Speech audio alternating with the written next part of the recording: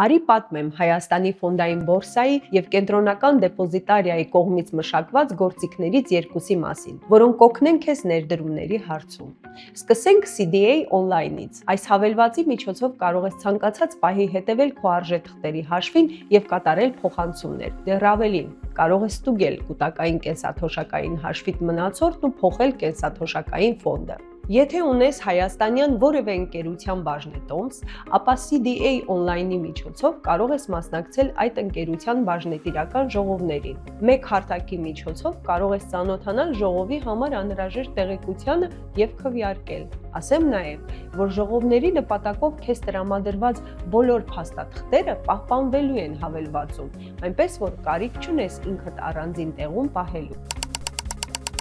Ավելին, կարող ես հաղորդակցվել այլ բաժնետերերի հետ CDA Online չաթի միջոցով։ Իսկ AMX Trader-ի միջոցով, երբ ուզես, կարող ես տեսնել, թե տվյալ պահին Հայաստանի ֆոնդային բորսայում ինչ արժեթղթեր են վաճառվում և ինչ գնում։ Եվ իհարկե, կարող ես ցանկացած վայրում գնել ու վաճառել արժեթղթեր միանգամից հավելվածի միջոցով։ Լավ է, չէ՞։